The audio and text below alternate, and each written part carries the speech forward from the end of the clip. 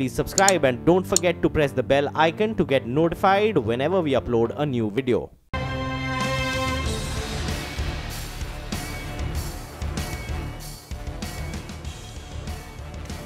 Also coming up this hour of Tuesday Squawk Box, China's JD.com surprising with a quarterly profit despite a high-stakes commerce e-war with Alibaba. Qualcomm jumping after the chipmaker rejecting rival Broadcom's $103 billion bid, saying the takeover offer dramatically undervalues them. And sterling slipping, sliding, the British pound losing ground. Rumors continue to swirl that lawmakers are preparing to conduct a coup on Prime Minister Theresa May. U.S. stocks managing to close higher despite a sharp drop in shares of GE. As we mentioned, investors piling into other high dividend paying sectors like consumer staples, utilities as well. GE slashing its dividend by half and cutting its full year 2018 fiscal year profit forecast as they seek a major restructure to focus them on aviation, power, and healthcare. China's other e-commerce giant, other than Baba, that is JD.com, in the green after posting a surprise $151 million profit. Analysts had been expecting a loss. Also, a lot of deal news to tell you about today. Shares of Buffalo Wings surging in extended trading after they received a $2.33 billion takeover bid from PE firm Roark Capital Group. And Hasbro wants to play. Reports of the toy maker has made an approach for rival Mattel, sending stock in both companies north on the session, just in time, I should say, for the holiday season.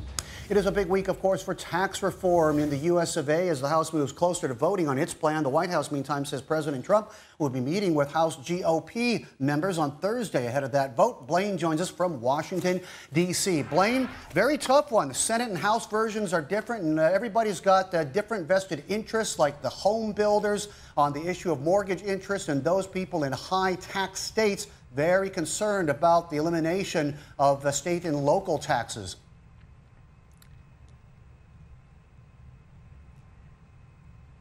Yeah, Bernie, you're absolutely right. What we have right now are two separate bills, the House version, the Senate version. They're moving forward on parallel tracks. Eventually, they're going to have to become one. But in order for that to happen, of course, we're going to see a lot of changes, a lot of negotiations, a lot of politics being played between the two chambers here on Capitol Hill. So, as you mentioned, President Trump is going to be heading to the Hill on Thursday ahead of that House vote. Let's look, though, at some of the differences between the two. Of course, there's a Senate version, the House version. The Senate version, for instance, will keep a higher number of brackets than the House version would, but by comparison, the Senate version would delay the beginning of corporate tax cuts. Now, Bernie, that's noteworthy because that would essentially ease the burden that this tax plan would essentially put on the deficit. A lot of fiscal conservatives, Republicans, are going to be rather cautious when it comes to supporting this plan because it would add an estimated $1.5 trillion to the deficit as it currently stands. Now, these are people who have been outspoken critics of adding to the deficit, so for them to cast a vote that would do so is going to be something that they're going to not necessarily get on board with immediately. That's what will be the biggest worry for a GOP members. Now, as you mentioned, we're going to see this vote on the House plan on Thursday. President Trump is going to travel to Capitol Hill. He's set to be there at about 11:30. He's going to hold a meeting with members and give kind of a final push before they make that vote and try and get it across. This is something, Bernie, that's very major for President Trump, major for all Republicans, but certainly for the president because he's looking to score a major legislative win before the end of the year. In fact, as you know, he's wrapping up his Asia trip tomorrow. He'll be back at the White House tomorrow night, our time. He left a number of his top key advisors back here to try and push tax reform while he was away. So he's hoping to see the fruits of that labor come Thursday. Yeah, he's a veteran of Asia now, Blaine, having spent almost 2 weeks here. We've gotten very used to him, but we hand him back to you with safe hands, Blaine, and thanks for that update. Blaine Alexander, Capitol Hill. The president, of course, coming off his big Asia tour. He's in the Philippines, wrapping it all up for the ASEAN meetings, where North Korea, the South China Sea, and trade are all big talking points. Marty joins us from Manila. Well, Marty, here we go. It's the 11th hour, waiting for the, I don't know, it's either a coup de grace or a pièce de résistance. Wonder which one it'll be. We shall see, Bernie. But yeah, this is the anchor leg of the president's tour through Asia. Epic length, of course, 12 days in all, end to end. And one of the big goals of it was, of course, trying to keep Asia, or getting Asia on side, or rather keeping it on side, and from slipping into the sphere of influence of China. Here's a listen to the president's vision for this part of the world. So we want our partners in the region to be strong, independent, and prosperous, in control of their own destinies, and satellites to no one. These are the principles behind our vision for a free and open Indo-Pacific. So, Bernie, strong and prosperous, nobody doubts the president actually wants that for Asia. But the other part, independent and not satellites, in other words, not beholden to anybody, that is ever so slightly specious. Because while the president may want countries to develop and get richer, to have their basically consuming middle classes, etc., he also doesn't want certain countries in Asia to fall in China's sphere of influence, or in other words, to be rather more aligned with the U.S. and its interests there. And in that regard, in the last 24 hours, there's been some interesting developments. Something called the Quad has been resurrected. Quad as in four ways. So that's the U.S., that would be Japan, that would be India, that would be Australia as well.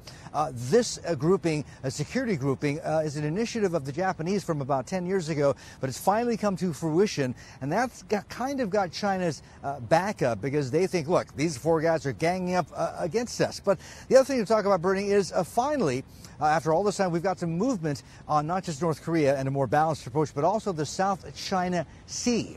We have Southeast Asia and also China agreeing to start negotiating a code of conduct. Now, the thing is, though, this is something they've been trying to do for about nigh on 12 years now, I think. Back in 2002, they came out with a declaration of conduct.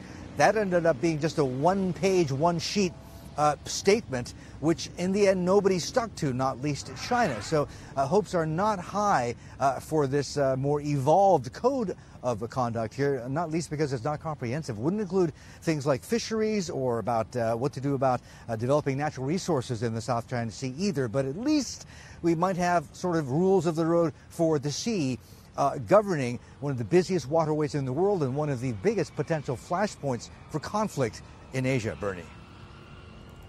Marty, just listening to some comments from Duterte of the Philippines yesterday, he seemed reluctant to to tiptoe into that area of territorial disputes, of sovereignty rights, and he was saying that there are some in the world who would love us to play hardball with this and create all kinds of angst among neighbors, but we can't afford to do that. We can't afford to go to war. Now, for China, Marty, to say, they would like to offer to talk about the South China Sea. What are the chances that they'd say, okay, look, everybody, we want to talk about the South China Sea. This is the 9-dash line. This is the map, and we own all of it, and you all need to respect it. What do you say? What do you have to say?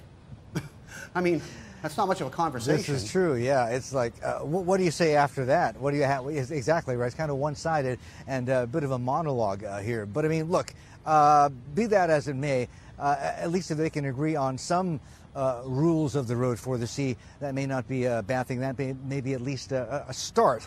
I have to note, though, that recently, I mean, the timing for all this to come up again is pretty darn good. Because, to be honest, things have calmed down in the South China Sea. Recently, there haven't been any real flare-ups there, no ramming of fishing boats or incursions or anything of that sort. So at least they start this or restart this process again of trying to cobble together rules of the road for the sea at a time when everybody seems to be a lot calmer, Bernie. Yeah, that's a good point. And Trump's been in Asia for almost 2 weeks, so maybe everybody's behaving in the meantime. But we'll see. We'll see. He's going back to tax reform in Capitol Hill and that lion's den there. Marty, we'll see you throughout the morning on Squawk. Looking forward. All right. The pound under pressure. Sterling slipping, sliding on the Monday session. Pressure mounts on Prime Minister Theresa May. As many as 40 lawmakers reportedly ready to sign a letter of no confidence as Brexit negotiations continue to yield very little in the way of progress. All right, let's check on the markets before we take a break here on this side of the world on this Tuesday morning and get you ready for trading. Japan will begin at the top of the hour, and Chicago Mercantile Exchange calling 22,380. Well, that's kind of prescient and kind of, I don't know, omniscient, isn't it? Smack in line with the previous close. New Zealand been open for a while, as well as Australia for about 10 minutes, and we'll just flip you through those and see what the tone is. Ever slightly soft on the NZX. And let's get out to Matt in Sydney for the why of why the market is down some 40 points this morning. Matt, morning. Yeah, some sizable declines for the Australian market, despite the fact that we did have that positive offshore lead. As you showed us there, we are down by about 0.75%, 42 points weaker on the ASX 200, 59.78. So surrendering that 6,000 level, 6,057 on the All Ords, Aussie dollar 76.16. We are waiting on the NAB monthly business survey for November, due out 8:30 a.m. Singapore, Hong Kong time. Will that be enough to give the market a bit of a helping hand today? We have seen multi-year highs for business conditions and for confidence as well over the last few months. Really broad-based declines across the Australian market though today. We're being led lower again by banks. We've got the four majors all tracking down by around about 1% or so, just shy of 1% in fact for those major banking stocks. But we've got some other big movers as well today. Let's give you a look at Incitec Pivot. This is the fertiliser producer, revealing that its full year net profit was up by 8% to 318.7 million. The stock jumping by almost 6% now at the start of trade. It announced a final dividend of 4.9 cents a share and is planning a $300 million share buyback over the next 12 months. We're also watching OFX Group. This is formerly known as Oz Forex, if you're trying to keep up with the name change. That stock going in the opposite direction, off by 2%. It revealed that first half net profit fell 14% to $8.3 million. We're also watching Woodside as well, because Shell exiting its entire remaining stake in Woodside at a discount, offloading its 13.28% stake, or about 111.8 million shares to institutional investors at $31.10 a share. The stake reduction worth about $3.5 billion and ends about 30 years of a shareholding that Shell has had in Woodside. It's made 2 failed takeover attempts for the company and did flag some years ago, Bernie, that it did intend to exit its entire stake. And that's now all done. Back to you. Oh, okay. Took a while for them to do that, but yeah, done is done. So close chapter on that one, Matt. See you ahead. Still to come, U.S. stocks already racking up over 20% gains in 2017, despite the uncertainty around things like tax reform. Our next guest says, don't rule out a Santa rally. Oh, goody. Squawk continues in a bit. The Fed, Jay Powell, there's another opening urgently needing filling. Steve Leisman, our senior economics correspondent, has more on what some call the second most important job at the central bank. Replacing New York Fed President Bill Dudley, who announced last week he's retiring, may be one of the most controversial and complicated decisions at the Fed in a long time. It comes at a time when the Federal Reserve is under pressure to bring more diversity into the ranks of bank presidents. Of the 135 presidents in the Fed's history, the Brookings Institution counts just 6 women and 3 non-whites. There's also a question about whether they should appoint an economist, which Dudley is. President Trump nominated Fed Governor Jay Powell to the chairman's job, but he is not an economist. And the question is, do they need another PhD economist in the top ranks at the Fed? Finally, the New York Fed is on the front lines of banking regulation at a time of reforming the Dodd-Frank regulatory laws, and also it's unwinding the $4.5 trillion balance sheet. So the perfect resume is someone with strong banking and markets experience who is beholden to neither markets nor banks. Here are some of the names being mentioned. Peter Blair Henry is the New York University Stern School Dean, a frequent moderator at the Fed's Jackson Hole conferences. He's also an expert in global economics. Sandy O'Connor is JP Morgan's Chief Regulatory Affairs Officer and former treasurer. She knows Powell well, worked with him on replacing the LIBOR benchmark interest rate, and also knows Dudley.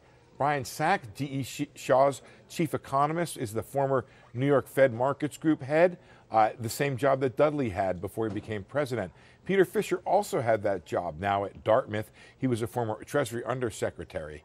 And Seth Carpenter, UBS chief economist, also a former Treasury Assistant Secretary. He headed financial markets. In 15 years, he was at the Fed with a PhD in economics from Princeton.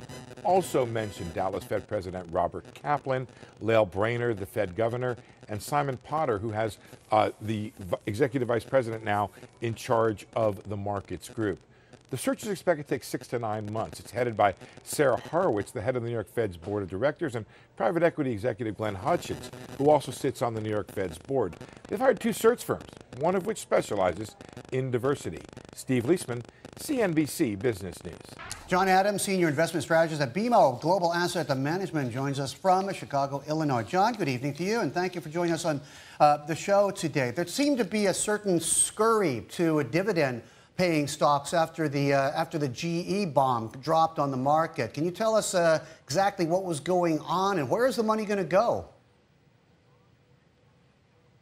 Yeah, sure. I appreciate you having me, and good morning, Bernie. Yeah, GE announced an asset spinoff today. We've seen a lot of positive momentum for dividend-paying stocks on a year-to-date basis. It's really, I think, investors reaching for yield still in a very low-yield environment. So we have seen investors position more toward those dividend-heavy sectors and companies like GE, for example.